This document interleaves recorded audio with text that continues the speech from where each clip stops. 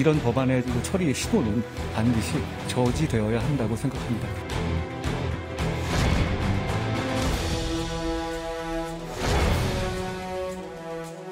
개인적인 연에 기대지 않았고 그리고 맹종하지 않았습니다. 앞으로도 그럴 겁니다.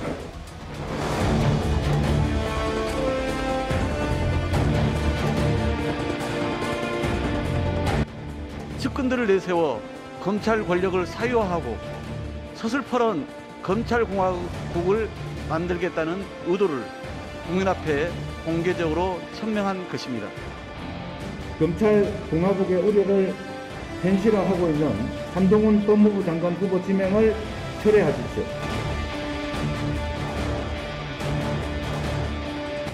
민주당이 특히 한동훈 후보자에 대해 가지고 있는 모든 우려라고 하는 것은 그들이 과거에 법무부를 장악하고 굉장히 잘못된 방식으로 검찰에 압력을 가하고 했던 것, 그들의 과거에 대한 두려움이다, 이렇게 생각합니다.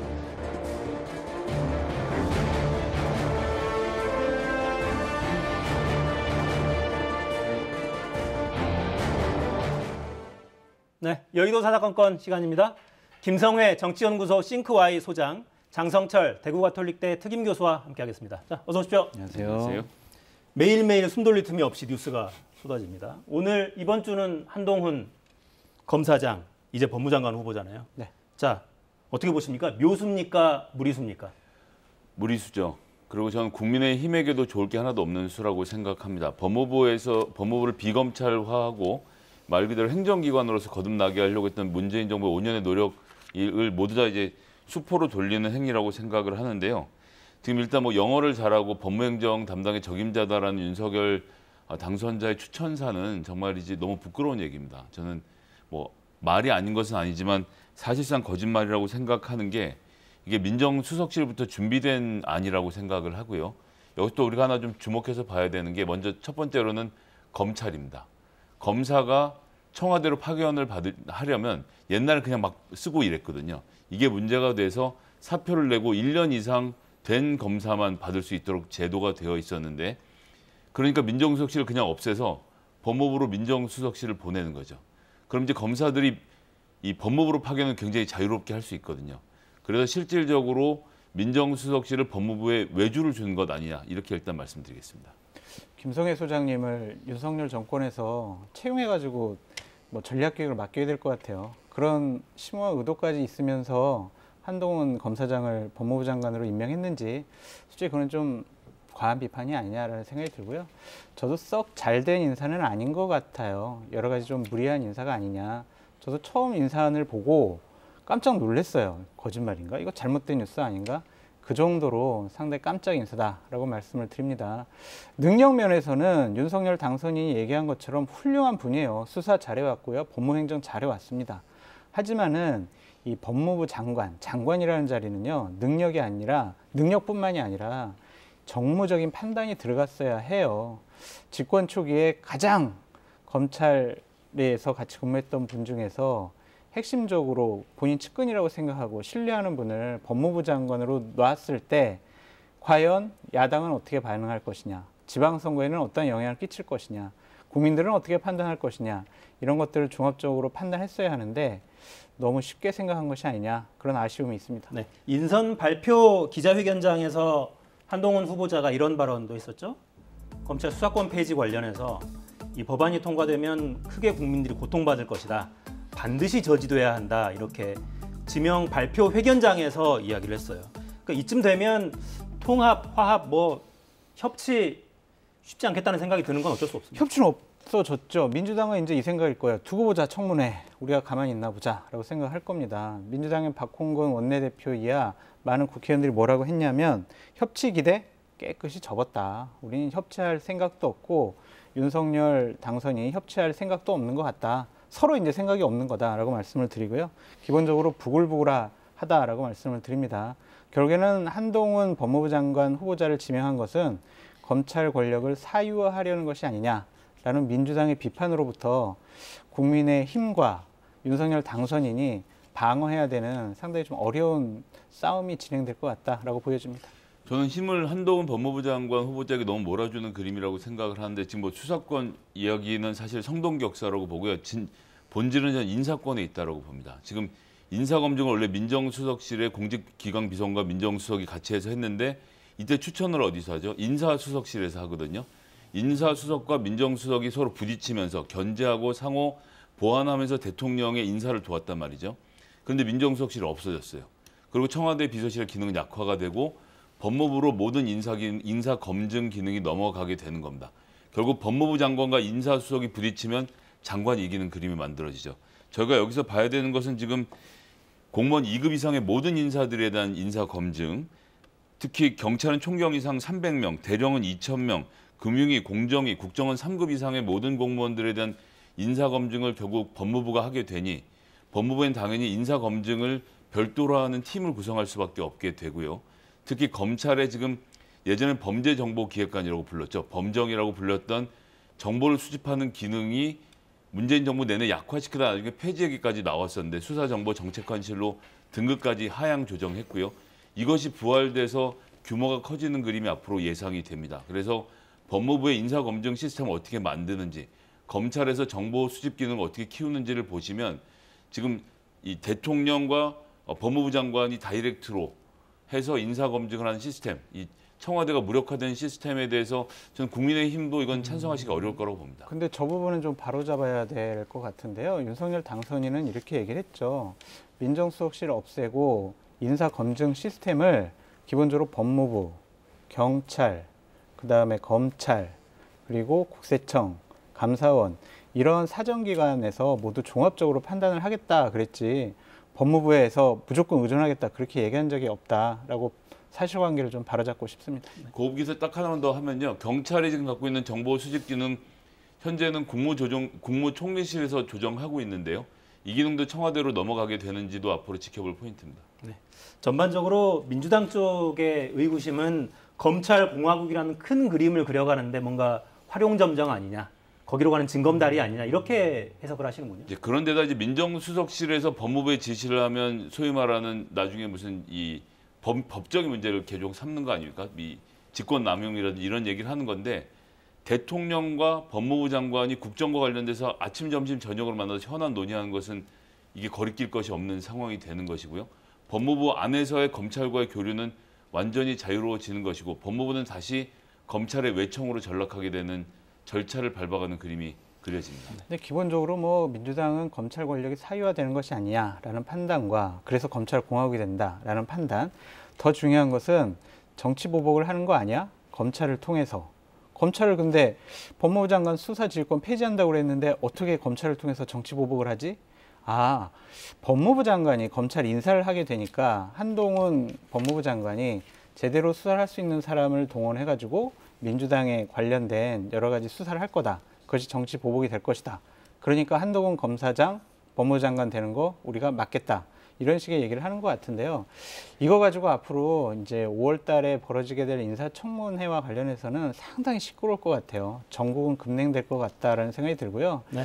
그 정도의 신뢰라면 윤석열 당선인, 윤석열 대통령은 국회에서 민주당이 반대하더라도 임명을 강행할 그럴 생각이 강한 것 같다라고 보여집니다. 장관 후보자 인사청문회는 사실 이미 형해화되어 있는 측면이 좀 강하죠. 문재인 정부에서도 37명이었나요? 뭐 보고서 채택되지 4명. 않았지만 34명 네. 강행한 사례가 이미 많았기 때문에 총리 후보자는 인준이 필요하지만 장관 후보자는 그렇지 않기 때문에 그래서 이럴 수도 있을 것 같아요. 한동훈 법무부 장관 후보자를 좀 인사청문회에서 날리고 싶은데 일순위라고 임명을 해왔죠. 그대로 강행하면은 한덕수 총리를 대신 두고 보자 한덕수 총리를 국회에서 인준 안 해줄 거야. 인준 안 해주면은 총리로 임명이 안 되잖아요. 그래서 이 불똥이 한덕수 국무총리한테 튈 가능성이 높다라고 보여집니다. 네. 자, 인사청문회 상황을 좀 지켜봐야 되겠고요. 한동훈 법무장관 후보자에 대한 각 당 평가 듣고 계속 이어가겠습니다. 한동훈 검사장이 민정수석을 겸한 법무부 장관이 되면 윤석열의 우병우가 되어 국민과 야당을 탄압하고 정치 보복을 자행할 게 너무 뻔합니다. 한동훈 법무부 장관 지명은 새 정부의 기대와 희망을 걸던 국민들에게 날린 어퍼컷입니다. 국민의 최대 상상치를 초월하는 가장 나쁜 인사입니다. 지금이라도 당장 지명을 철회해야 합니다.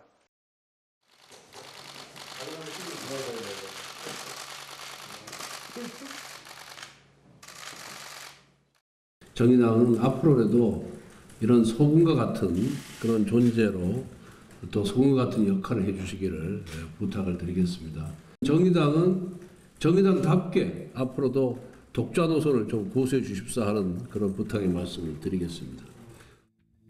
또 절대 다수의 집권 여당이 아니기 때문에 또 협력과 소통이 필요성을 언급하신 거라고 생각을 합니다. 지난 대선에서 정치 교체 또 통합의 정치, 국민 통합이야말로 가장 중요하게 떠오른 가치였고 또 국민들의 바람이었습니다. 네, 권성동 신임 원내대표가 정의당 배진교 원내대표 예방한 자리에서 나눴던 대화까지 보셨습니다.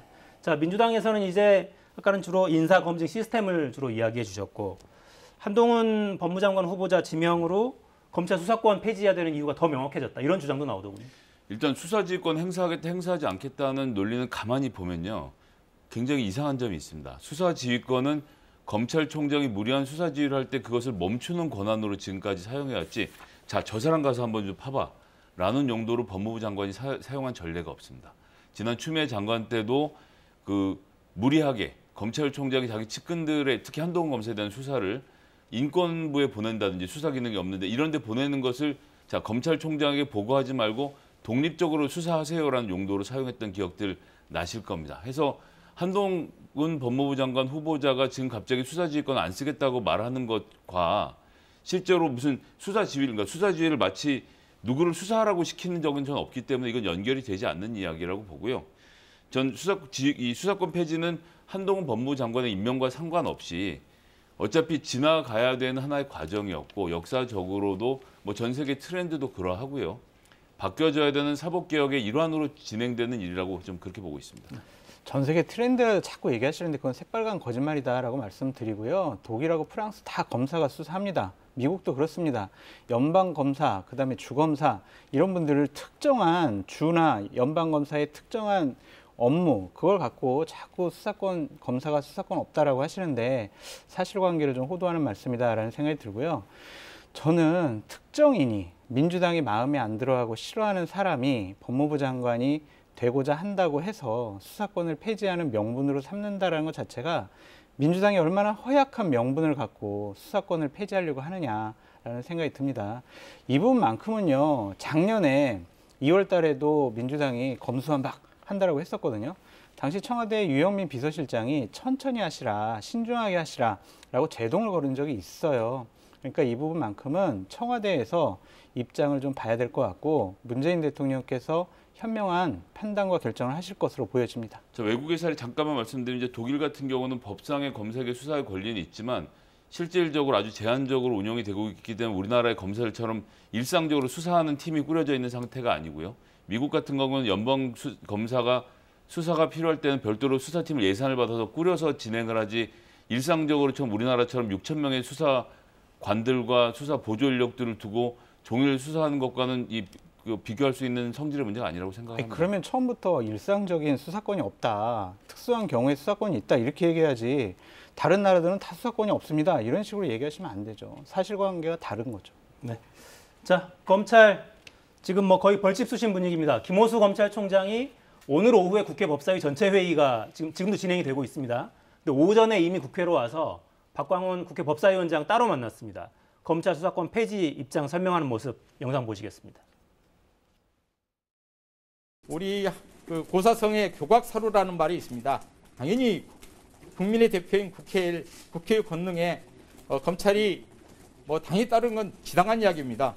그럼에도 불구하고 그러한 제도 도입 없이 곧바로 검찰을 전부 폐지하는 쪽으로 가는 것 같아서 그 부분에 대해서는 제발 교각사루 어떤 잘못은 되풀이하지 않았으면 좋겠다 하는 취지에서 그런 점을 오늘 좀 호소를 드리고 싶습니다.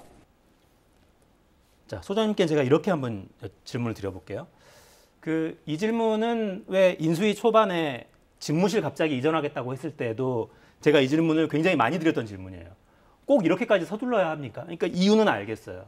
검찰의 수사 과정에 일부 상당히 많은 국민들이 우려하고 있는 부분들이 있고 그래서 뭔가 사법 체계를 좀 손봐야 되는 거 아닐까라는 논의는 사실 문재인 정부 초반부터 계속 있어 왔으니까요. 논리는 알겠는데 5월 3일 마지막 국무회의 통과를 목표로 하겠다. 이렇게까지 가야 됩니까?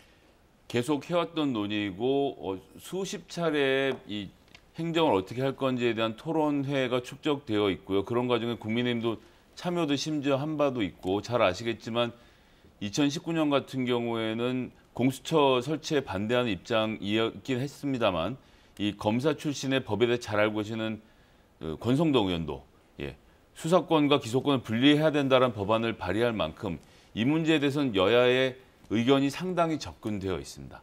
논의도 충분히 많이 되었고요. 다만 표결을 붙이는 절차를 밟지 않았을 뿐이라서 지금 와서 국회가 지금 논의를 한 적이 없다고 국민의힘이 말씀하시는 건 본인들이 법안까지 내놓고 할 얘기는 좀 아닌 것 같습니다. 네.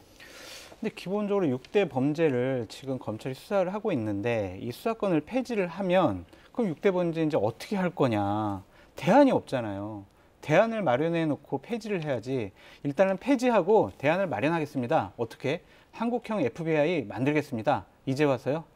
그게 말이 됩니까? 전 그 대안이 말씀도 있어야죠. 맞지 않는다고 생각하는 게 현재 99.2%는 경찰이 수사를 하고 있고요. 95%예요. 0.8% 정도를 지금 검찰이 맡고 있는데 6대 범죄도 마찬가지로 검찰이 전담하는 것이 아니라 경찰도 하고 있고 검찰도 수사를 하고 있고 양쪽이 다 하고 있는 수사이기 때문에 지금 경찰로 넘어와서 충분히 수사를 할 수 있는 상황이고요. 게다가 조금 전에도 말씀드렸던 것처럼 권성동 의원이 법안을 낸 것은 공수처 만들어지고 6대 범죄 수사가 정리된 다음이거든요. 그러니까 국민의힘도 그것이 정리된 다음 수순이 완전한 분리라는데 동의를 했기 때문에 그런 법안을 냈던 겁니다. 이제 와서 그건 뭐 그게 아니라고 말할 수 있는 성질의 문제가 아니라는 것은 권성동 원내대표께서 더 잘 알고 계실 겁니다. 아니 그러면 6대 범죄 수사 어떻게 될 거예요? 라고 했을 때 민주당에서 내놓은 안이 한국형 FBI 만들겠습니다라는 거잖아요. 경찰 수사 잘하고 있는데 한국형 FBI 왜 만들어요 그럼? 말이 뭐 이율배반적이 아니냐라는 생각이 들어요. 좋아요. 수사권 없애는 거 국민의힘 쪽 의원들도 많이 주장을 했어요. 하지만 충분히 더 논의해야죠. 합의가 이루어지지 않았잖아요. 민주당을 제외한 다른 모든 시민사회단체, 특히 민변도 신중하게 해라, 좀 더 협의해라 이렇게 얘기를 하고 있잖아요.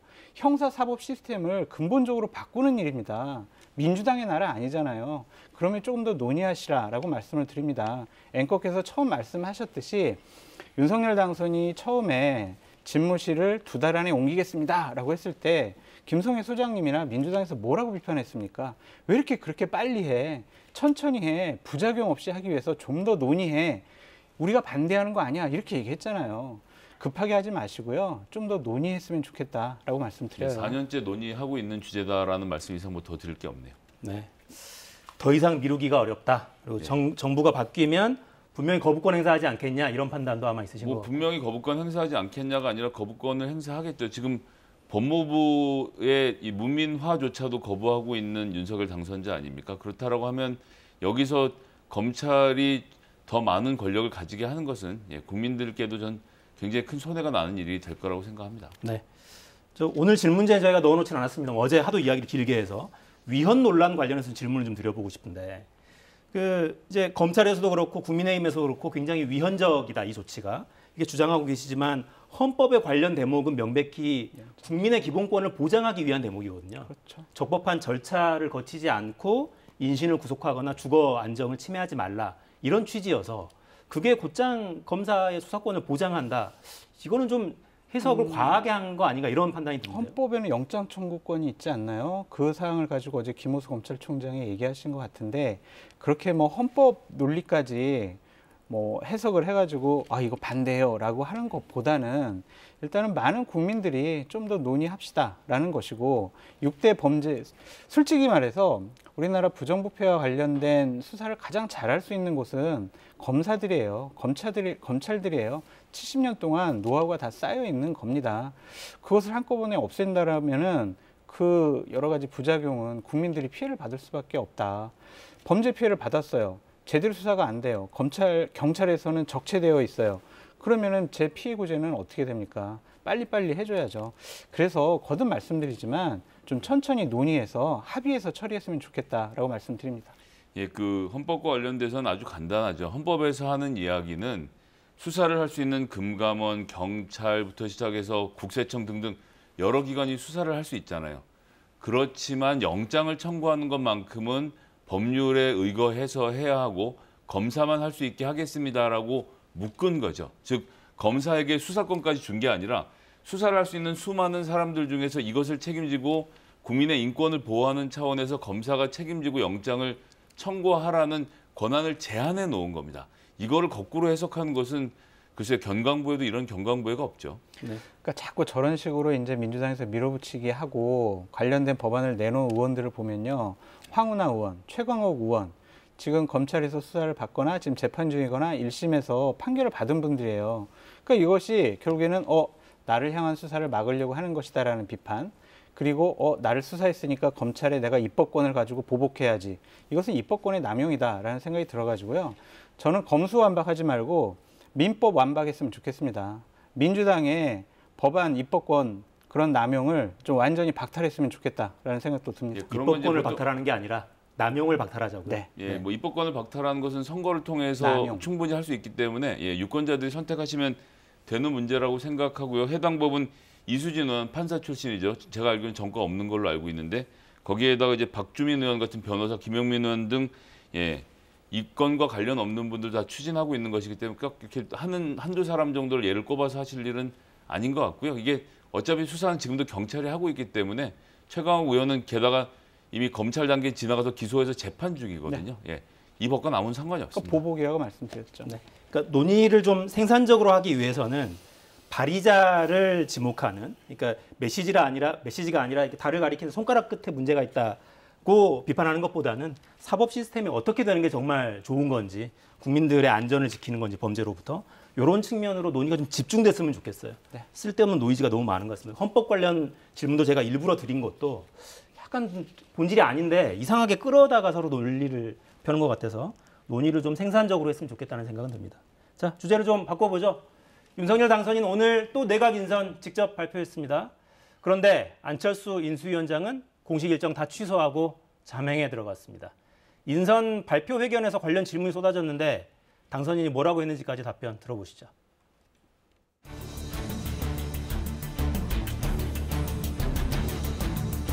고용노동부 장관 후보자로 이정식 전 노사발전재단 사무총장입니다. 농림축산식품부 장관 후보자로 정황근 전 농진청장입니다.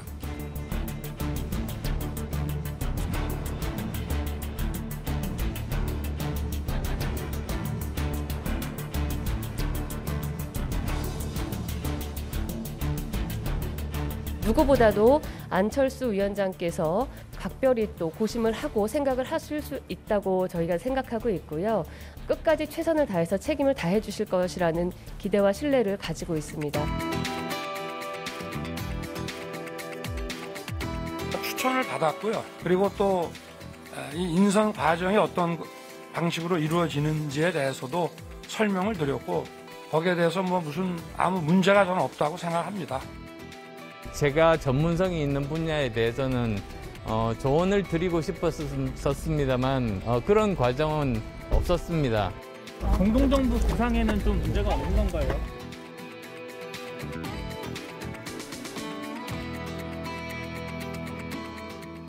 네, 내각 인선 이제 마무리됐는데 총평은 여쭤보지 않겠습니다. 한동훈 후보자 말고는 사실 별로 궁금하지 않은 상황이 돼버렸어요, 이미. 그 검찰 수사권 조정 문제 그리고 한동훈 검사장의 법무장관 후보자 지명 이게 묶이면서 굉장히 폭발력이 커져서 다른 후보자들은 좀 묻히는 경향이 있는 것 같습니다. 그 윤석열 당선인이 조금 전에 기자회견 과정에서 인사 과정에 문제가 없다 이런 발언을 했죠. 설명을 다 했다. 뭐가 문제라는 건지 이해할 수가 없다. 이런 취지의 답변을 여러 차례 좀 반복했는데 추천을 받았고 인선 과정을 충분히 설명했다. 이 답변은 좀 어떻게 보십니까? 이게 인식의 차이가 있는 것 같아요. 윤석열 당선인이 생각한 추천과 설명, 그리고 안철수 위원장이 생각하는 추천과 설명, 이것이 좀 다른 차이가 있다고 생각이 듭니다.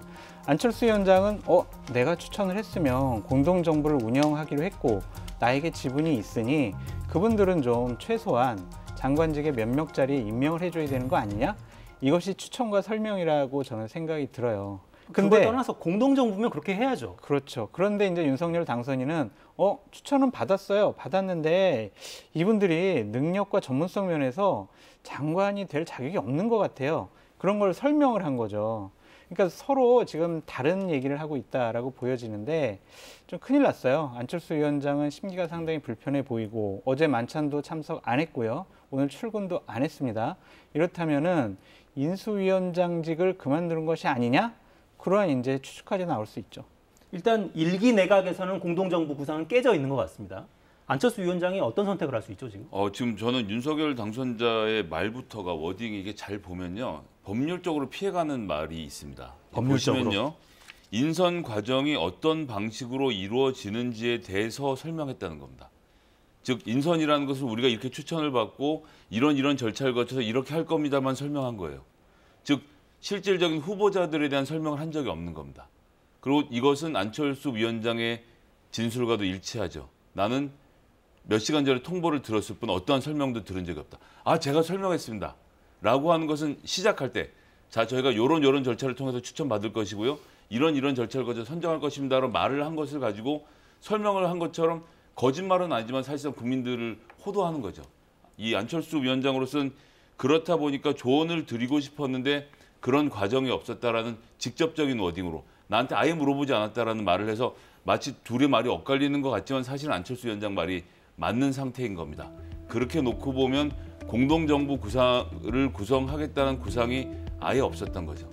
안철수 위원장이 물어보질 않았다는 것이고 당신이 누굴 추천하는지 관심이 없었다는 것이고 그저 인수위나 잘 운영해 주셨으면 좋겠습니다라고 모멸감을 주는 판이니 이태규 의원은 그만두고 나왔고 인수위원장이 이 천금 같은 시간에 하루를 비워서 지금 항의를 하고 있는 그림이 나오는 것 아니겠습니까? 이 해석이 사실관계와 좀 부합하는 것 같으십니까?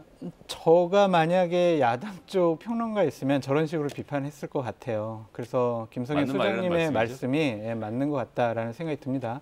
물론 당선인 측에서도 할 말씀이 많이 있겠죠. 좀 추천을 받았지만 적임자가 아닌 것 같다라는 생각을 하신 것 같고 근데 참 안철수 위원장이 답답하게 됐다라고 말씀을 드려요. 답답하게 됐다. 어떠한 이 반격의 수단이 없어요.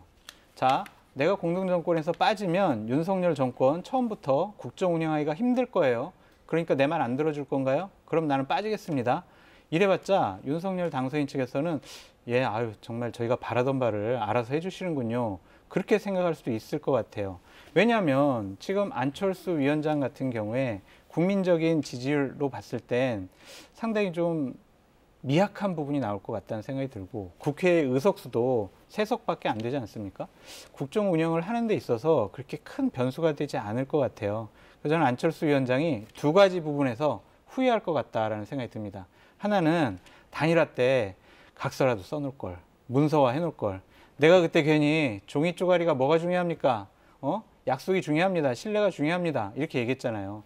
만약 그때 저희들에게 장관 4자리는 뭐 준다. 배려한다. 공동정권 그렇게 운영하겠다라는 문서가 있으면 이 지경까지 안 왔을 것 같고 또 하나의 후회는 내가 국무총리 받을 걸. 윤석열 당선인이 국무총리에게 인사추천권을 준다고 했으니 내가 총리로서 권한을 행사하면 내 사람 챙겨서 공동정권 운영할 수 있었는데 내가 왜 국무총리직을 안 받았을까? 그런 후회를 하고 있을 것 같다. 국무총리를 맡아달라고 얘기는 했답니까?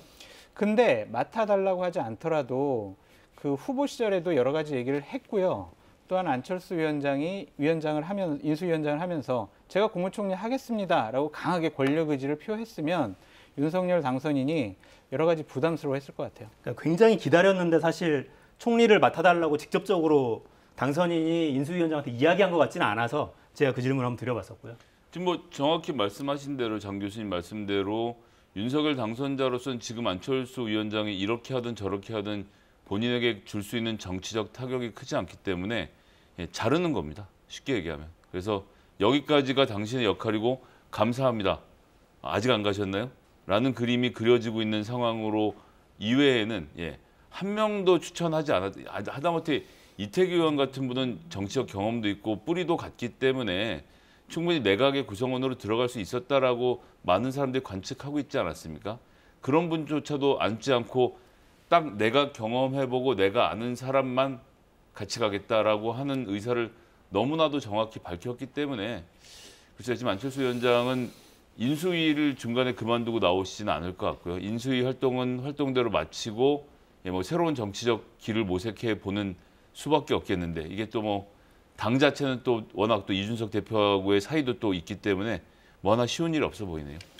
당선인 측에 꼭 드리고 싶은 말씀이 있습니다. 그러니까 권력을 잡으면 지금 대통령 임기가 시작되면은 뭐든지 다 할 수 있다라고 생각할 거예요. 그래도 국민들이 환호하고 박수 쳐줄 것이다라고 생각할 겁니다. 지금 윤석열 당선인의 정치에는요, 정치가 없어 보여요. 정무적인 판단이 없고 윤석열 당선인의 고집과 신념 이런 것들만 있는 것 같아요. 그것이 내가 대통령이 당선됐으니까 내가 생각하고 판단하는 대로 인사를 꾸리고 국정 운영을 해갈 거야 라는 건데 그게 이제 검찰총장일 때는 그게 가능할 거예요. 근데 이것은 상대가 있는 정치 아닙니까? 당장 총리 인사청문회 어떻게 할 겁니까? 장관 인사청문회 어떻게 할 겁니까? 야당과의 협치 어떻게 할 겁니까? 야당이 반대하면요, 법률안 아무것도 윤석열 당선인이 원하는 법률안 아무것도 통과되지 못해요. 바꿀 수가 없어요. 그러면 국정 운영 할 수 있는 방법이 없습니다. 정치가 무엇인지를 좀 곰곰이 생각해 보시는 계기가 됐으면 좋겠다라는 생각이 듭니다. 제가 생각엔 지금 뭐 검찰권 강화했고 용산으로 이전했고 만나이 추진했고 충분히 만족하고 계실 것 같은데요. 맞나요? 비꼬시는 것 같아요. 알겠습니다. 안철수 위원장 관련 이 질문을 이제 드려야겠네.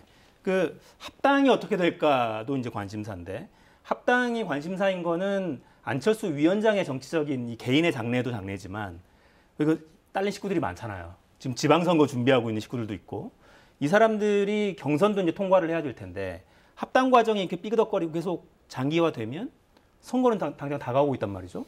이거 어떡하죠? 이거 합당을 하긴 하는 겁니까? 어떻게 해야 이런 됩니까? 것도 우려스러워요. 일단은 합의문 같은 경우는 다 되어 있고 안철수 위원장의 결심만 남아있는 상황 아니겠습니까? 지금 어쨌든 본인의 거취 문제와 관련해서 숙고에 들어간 것으로 보여지기 때문에 일단은 본인이 인수위원장을 계속 하느냐 안 하느냐를 결정하고 난 다음에 합당은 그 다음번 문제인 것 같아요.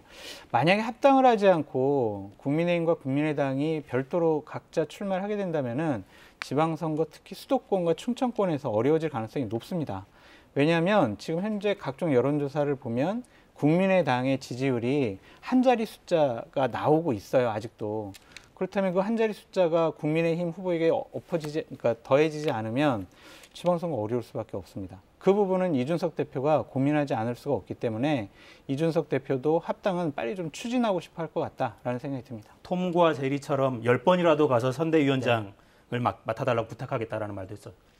저는 뭐 지금 합당 안 할 수 없는 상황이라고 보고요. 외통수에 몰려있다. 예, 뭐 지방선거 말씀을 하시는데 지방선거에 지금 국민의당의 스타 플레이어가 정말 죄송한데 저는 잘 모르겠습니다. 그러니까 누군가 중심에 특히 서울시장을 중심으로 해서 이렇게 쭉 소문이 나고 이게 알려지면서 그 당을 지지를 하는 것인데 뭐 지지율이 5가 나오든 10이 나오든 이거 자체가 실제로 당선에 영향을 미칠 수 있는 범위가 아니라고 한다면 만약에 따로 나와서 출마를 할 경우에 전 안철수 위원장의 이 지위가 더 떨어질 거라고 생각하고 국민의당의 몰락을 초래할 수밖에 없는 상태이기 때문에 지금은 어쨌거나 합치고 들어가서 안에서 당권을 놓고 다투는 것 외에는 다른 그림이 허용되지 않지 않나라고 보고 있습니다. 이미 호랑이 등에 올라타 버렸군요. 달릴 수밖에 없는. 자, 시간이 거의 다 됐는데 지방선거 이야기를 짧게 해야죠. 민주당 서울시장 후보 어떻게 합니까? 전략선거구라고 지정하긴 했는데 또 그렇다고 전략공천하겠다는 뜻은 아니라고도 하고 헷갈립니다 지금.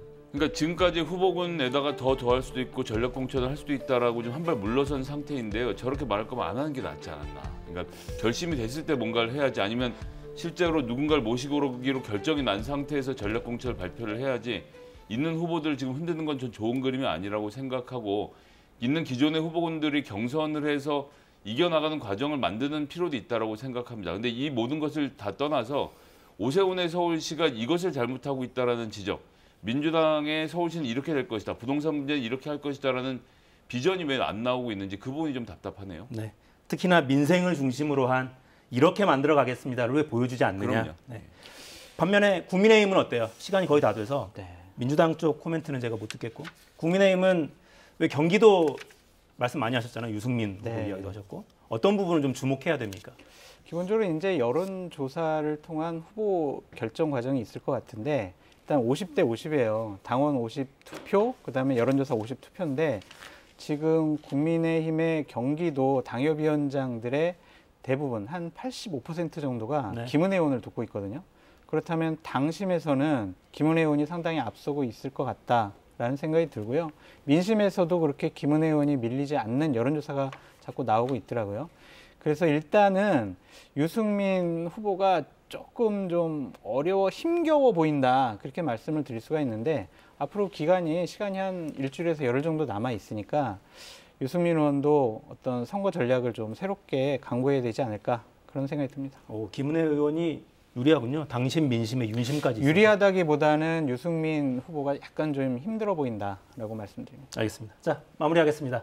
장성철 교수, 김성회 소장과 함께했습니다. 감사합니다.